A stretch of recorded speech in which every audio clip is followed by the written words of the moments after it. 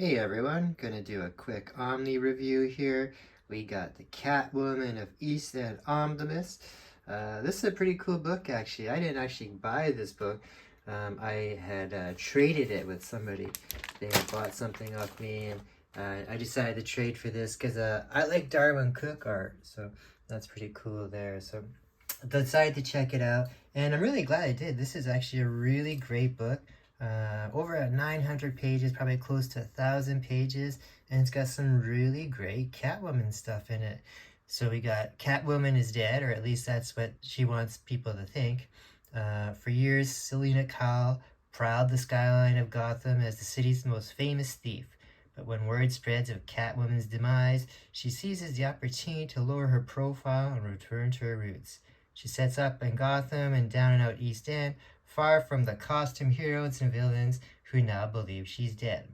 The plan was to lay low and figure out her next payday, but when a serial killer begins racking up bodies in her old house, Selina has no choice but to return to the prowl.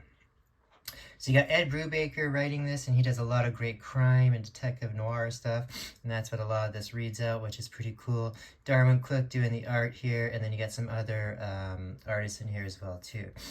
It collects multiple volumes of books here. You got Catwoman 1 through 37, Catwoman Secret Files and Origins #1, and the Catwoman Selina's Big Score, the graphic novel, and then some stories from Detective Comics, 759 through 762. So like I said, some great artwork in here. So if anyone is a fan of like kind of sexier, pin-up art and that, this is definitely a great book. You can see some great Darwin Cook action there. And like I said, another thick, huge book there. And lots of great action in here. So this book is, the world thinks that Catwoman is dead, and she's actually not. She's just kind of hiding on the down low, and she's kind of hiding out, living her own life in that, and decides to go back to, like I said, the East End of Gotham there, and kind of set up a life there, and kind of make that her neighborhood, where she's not going to run it per se, but she's going to kind of protect it and look out for it. She's going to kind of control crime a little bit, where crime can happen, but it's there's certain rules from it, like you don't steal from locals, you don't sell drugs to kids, things like that. So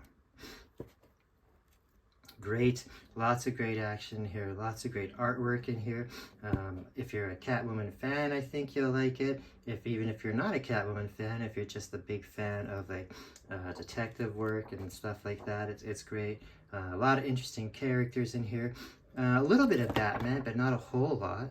And I like that too, because I didn't have to rely on Batman all the time.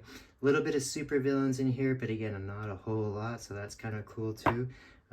Yeah, it's just more Gotham-based, kind of detective, gang war type stuff. And again, it kind of ties into what's going on now. We're about to start with the whole Batman, Catwoman battle lines, the Gotham War type of thing. So one of those things where it's like, is it better to have no crime and prosecute all criminals, or is it kind of control crime and kind of in a Robin Hood type of way in that? So we'll see where that goes. Like I said, I really enjoyed this, really enjoyed the art, and I got through this book pretty fast, a lot faster than I thought I would.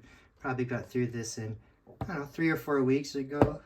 Started reading it, a little bit here and there, just because it is such a large thing. I'm not one to sit still for too long, so it is hard for me to read a bunch in a row, especially when I am doing all reading and that for the other shows and that. But really did enjoy this, and I'm glad I got it.